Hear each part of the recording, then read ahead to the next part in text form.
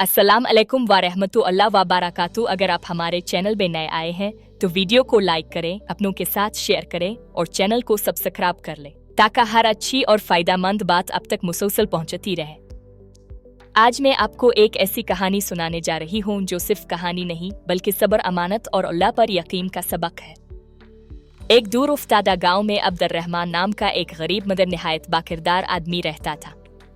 इसके पास दुनिया की दौलत तो नहीं थी मगर उसके दिल में 3 चीजें मजबूती से मौजूद थीं: अल्लाह पर यकीन, सब्र और अमानतदारी। वो हर रोज फजर के बाद वुजू करके 2 रकत नफल अदा करता और दुआ करके घर से निकलता, ए अल्लाह, आज भी रिस्क तो ही देगा, मैं सिर्फ मेहनत करने जा रहा हूँ। कभी किसी के खेत में मजदूरी, कभी बाजार में बोझ उठाना, जो भी हलाल काम मिलता वो खामोशी से कर लेता। लोग इसे देखकर कहते, इतना सीधा आदमी इस जमाने में नहीं चलता, मगर अब्दुर्रहमान मुस्कुरा कर कहता, रिस्क चिल्लाना मेरा काम नहीं, रिस्क देना अल्लाह का काम है। एक दिन बाजार में गांव के रईस की सोने से भरी कीमती थैली गुम हो गई। पूरे गांव में शोर मच गया, इल्जाम लगने लगे, हत्ता कि कुछ बेगुनाह लोग भी बदनाम होने लगे। इसी शाम अब्दुर्रहमान को वही थैली रास्ते में पड़ी मिली। एक लम्हे को दिल में ख्याल आया, अगर ये रख लूं तो मेरी गुर्बत हमेशा के लिए खत्म हो जाएगी, मेरे बच्चों के लिए आसानी हो जाएगी। मगर फौरन उसने आसमान की तरफ देखा और आहिस्ता से कहा, ये कमी का इम्तिहान नहीं, ये मौका का इम्तिहान है। वो थैली उठाकर सीधा रईस के घर पहुंच गया।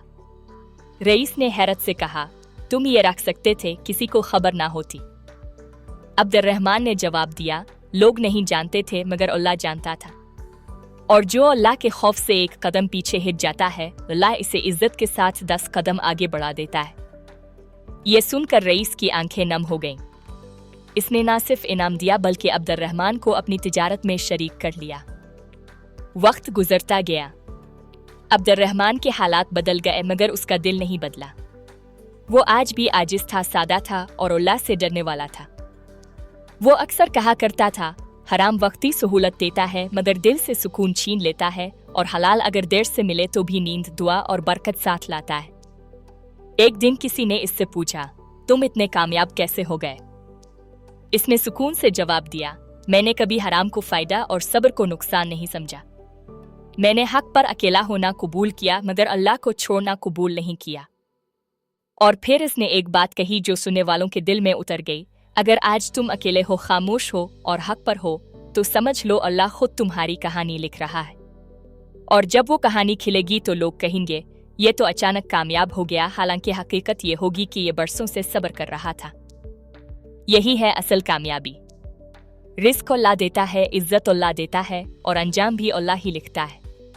दुआ में याद रखिएगा।